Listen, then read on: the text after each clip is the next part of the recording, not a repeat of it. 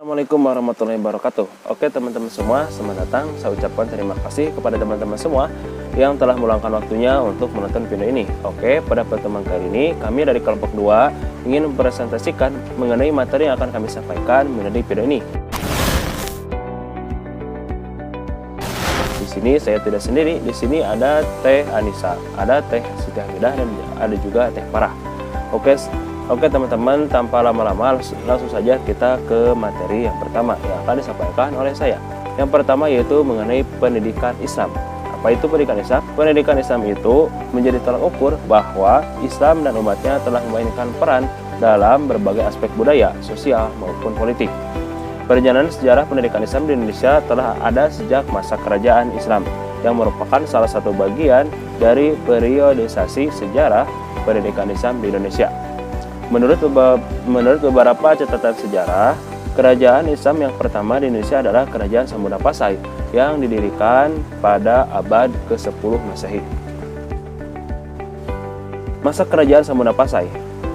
Pendidikan Islam pada masa Kerajaan Samudra Pasai yaitu Abu Abdullah Ibnu Battuta wafat pada tahun 1368. Seorang musafir asal Maroko yang singgah di Samudra pada tahun 1345 menulis tentang kerajaan Samudra Pasai dalam kitabnya yang berjudul Rihrah ila Masrik atau Pengembaraan ke Timur. Kerajaan Islam Samudra Pasai merupakan bukti sejarah perkembangan pendidikan Islam yang dilakukan oleh sebuah kerajaan di Nusantara. Di antaranya, bentuk pendidikan Islam saat itu adalah melalui majelis taklim atau halaqah.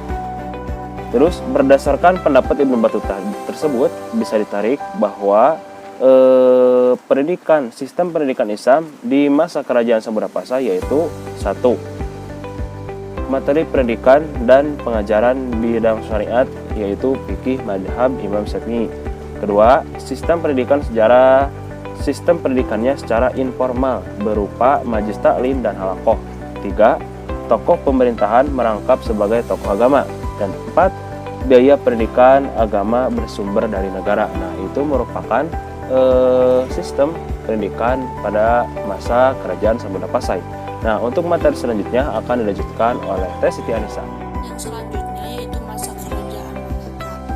Pendidikan Islam pada masa kerajaan Islam Malaka setelah kerajaan Samudra Pasai mengalami kemunduran dalam bidang politik dan bergeser ke kerajaan Islam Malaka. Di kerajaan Malaka turut adil dalam pendidikan penyebaran agama Islam sehingga menjadi tujuan ulama dari berbagai negara mulai dari Afghanistan, Malabar, Hindustan, terutama dari Arab untuk mengambil siaran dan pendidikan agama Islam. Dari Pulau Jawa pun banyak ulama yang belajar ke sana, yaitu seperti Sunan Giri dan Sunan Bonang.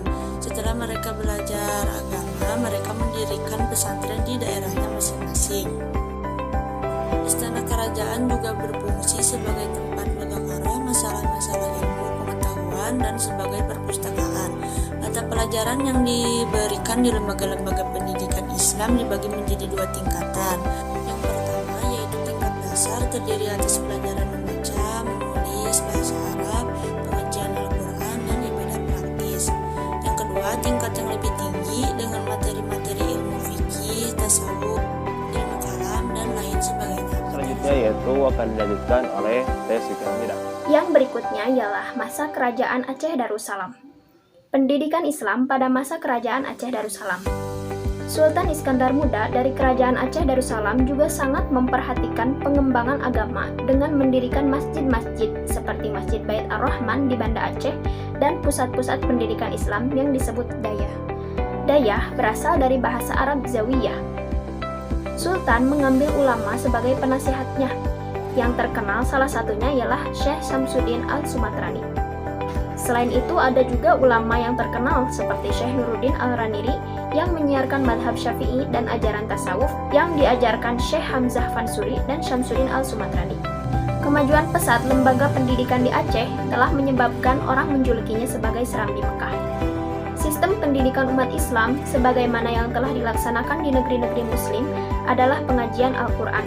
Pada tahap awal akan dipelajari pengucapan bacaan bahasa Arab atau huruf-huruf hijaiyah, sebelum kemudian menghafal surat-surat pendek dan bacaan yang diperlukan untuk sholat.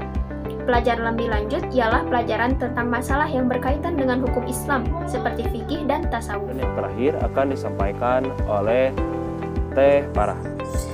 Nah, yang selanjutnya ada Kerajaan Islam Banjar Kalimantan Selatan. Nah, di Kalimantan sendiri Islam berkembang dengan sangat baik. Kemudian muncullah Kerajaan Islam Banjar Kalimantan Selatan. Dan lembaga pendidikan Islam pertama di sana yaitu adalah Langgar yang didirikan oleh Syekh Muhammad Arsyad Al-Banjari setelah menuntut ilmu di Malaka dan Mekah. Di Sulawesi, Raja Goa ke-14, Sultan Alauddin mendirikan masjid di Bantoalo yang berfungsi sebagai tempat sholat, pengajian, dan pengajaran tentang keagamaan. Kemudian yang selanjutnya, kepentingan Islamisasi mendorong umat Islam melaksanakan pengajaran Islam. Kendati pun dalam sistemnya masih sangat sederhana, di mana pengajaran dengan sistem kholaqoh yang dilakukan di tempat-tempat ibadah semacam masjid, musola, atau bahkan di rumah ulamanya sendiri. Kemudian, kebutuhan akan pendidikan membuat masyarakat Islam di Indonesia mengembangkan lembaga keagamaan dan sosial yang sudah ada ke dalam lembaga pendidikan Islam di Jawa. Misalnya, umat Islam mengubah lembaga keagamaan Hindu-Buddha menjadi pesantren. Umat Islam di Minangkabau mengambil alih surau sebagai peninggalan adat masyarakat setempat menjadi lembaga pendidikan Islam, dan demikian pula masyarakat Aceh dengan mengubah lembaga masyarakat Meunasari menjadi lembaga pendidikan Islam. Nah, itulah teman-teman mengenai materi yang telah kami sampaikan. Nah, bila mana teman-teman ada pertanyaan, silakan ya teman-teman tanyakan di kolom komentar atau di grup. Oke, sekian dari kelompok kami. Saya ucapkan terima kasih dan saya juga minta maaf atas segala kekurangan dari kelompok kami. Sekian dari kami. Wassalamualaikum warahmatullahi wabarakatuh.